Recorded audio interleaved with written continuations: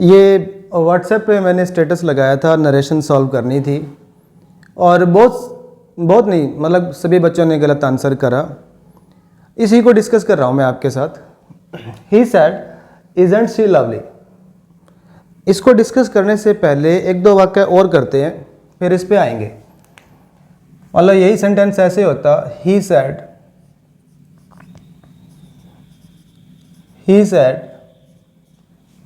She is very lovely.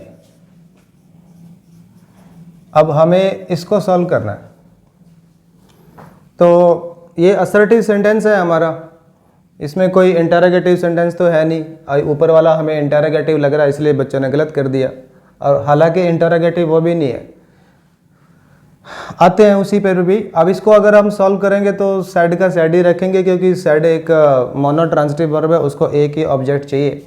तो he said, comma inverted comma काट के हम दैट क्लॉज स्टार्ट कर देंगे। दैट क्लॉज नाउन हो जाएगा, इस वर्ब का ऑब्जेक्ट हो जाएगा। ठीक है। अच्छा, ये थर्ड पर्सन है, शी वॉज वेरी लवली। ऐसे नरेशन सॉल्व हो जाएगी। और मान लो यही सेंटेंस अगर ऐसे होता, he said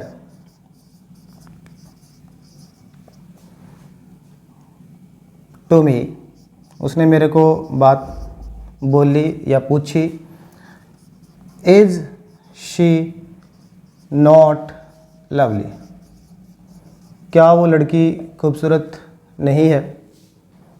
is she not lovely. अब ये सेंटेंस इंटरोगेटिव है। इसमें कहानी क्या है, इज लिख देता हूँ मैं, यहाँ पे आई लिख दिया, कि ये हमारा सब्जेक्ट है। ठीक है, और ये हमने वर्ब लिख दी सब्जेक्ट से पहले, और यहाँ पे आया नॉट। ठीक है, तो ये इंटरोगेटिव सेंटेंस है। अगर इसको हम सॉल्व करेंगे तो सेड टू आस्क्ड में चेंज हो जाएगा ही, क्योंकि उसने, इस बंदे ने मेरे से पूछा है, he asked me. Comma inverted comma काट के हम इफ या वेदर लगा सकते हैं। ठीक है, उसके बाद फिर हमने ये प्रोनाउन लिखा शी, उसके बाद वॉज नॉट लवली, और लास्ट में फुल स्टॉप आ जाएगा। इसका ऐसे बन जाएगा, he asked me if she was not lovely. लेकिन अगर आप ध्यान से देखोगे ना, ये जो मैंने क्लोज लिया था कॉमा इन्वर्टेड कॉमा में, और ये जो क्लोज है कॉमा इन्वर्टेड कॉमा में, इसमें एक फ़र्क है।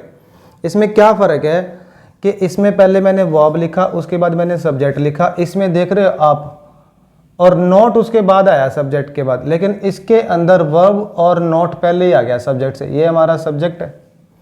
ठीक है, और सब्जेक्ट से पहले मैंने वर्ब और नॉट दोनों लगा दिए।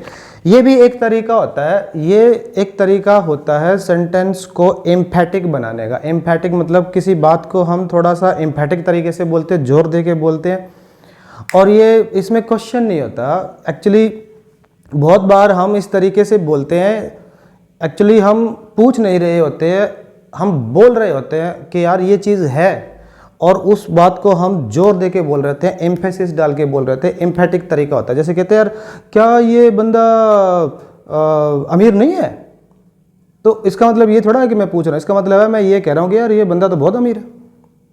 यार क्या ये क्या क्या यार ये कमाल करता है, यार ये बच्चा पढ़ता नहीं है।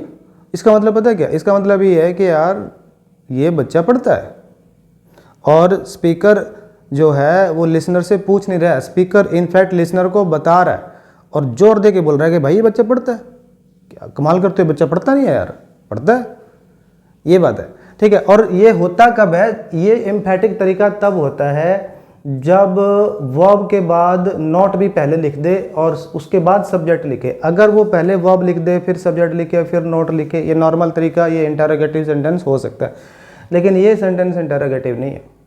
देखने में इंटरोगेटिव है लेकिन सेंस इसकी इंटरोगेटिव नहीं है। कहीं ना कहीं स्पीकर ने दो कारण है कि ये इंटरोगेटिव नहीं है। एक तो वर्ब और नॉट पहले आ गया, कॉन्ट्रैक्ट फॉर्म में आया है। ठीक है, और दूसरा अगर इसने किसी से पूछा भी होता तो यहाँ पे वो बंदा होता जिससे वो बात पूछी होती। जैसे इसने यहाँ पे मेरे से पूछा था कि इज शी नॉट लवली, क्या वो लड़की खूबसूरत नहीं है। एक्चुअली यहाँ पर भी बात है तो वही कि वो जो स्पीकर है ना, लिसनर को कह रहा है यार क्या वो लड़की खूबसूरत नहीं है। एक्चुअली उसको लग रहा है स्पीकर को यार वो लड़की खूबसूरत है, वो जस्ट कंफर्म कर रहा है कि यार वो लड़की देखना खूबसूरत है कि नहीं है। बात तो हालांकि यही है, ठीक है ना। लेकिन अगर इस तरह से कोई सेंटेंस आता है तो उसको, ये एक्चुअली इंटरोगेटिव सेंटेंस नहीं है, इसमें स्पीकर लिसनर को कह रहा है और जोर दे के कह रहा है। तो जब जोर ही दे के कह रहा है तो हम यहाँ पे सेड की बजाय ना इसका अगर हमें सॉल्व करना हो तो मैं यहाँ पे लिख सकता हूँ ही रिमार्क्ड। रिमार्क्ड का मतलब भी कहना होता है, लेकिन जब हम किसी बात को थोड़ा सा एम्फेसिस डाल के, स्ट्रेस डाल के, जोर दे के बोलते हैं तो सेड की जगह रिमार्क्ड कर सकते हैं। सेड का सेड भी कर सकते हैं, चूँकि ये इंटरोगेटिव एम्फैटिक सेंटेंस है तो हम इसकी जगह रिमार्क्ड कर लेते हैं। ही रिमार्क्ड, उसने बोला। दैट आएगा, ठीक है। उसके बाद ऐसे बना लो इसका, she was very lovely. Actually क्योंकि स्पीकर जो है वो लिसनर को ये बात बोलना चाहता है। अगर वो कह रहा है यार क्या वो लड़की खूबसूरत नहीं है यार, एक्चुअली वो ये कहना चाहता है कि यार लड़की तो खूबसूरत है, तेरे को तो वहम होया खड़ा है। तो ही रिमार्क्ड, उसने ये बात बोली that she was very lovely. तो जब भी वर्ब इंटरोगेटिव सेंटेंस में सब्जेक्ट से पहले आती है लेकिन साथ में उसके नॉट भी लगा हो, जैसे यहाँ पे लगा इजंट।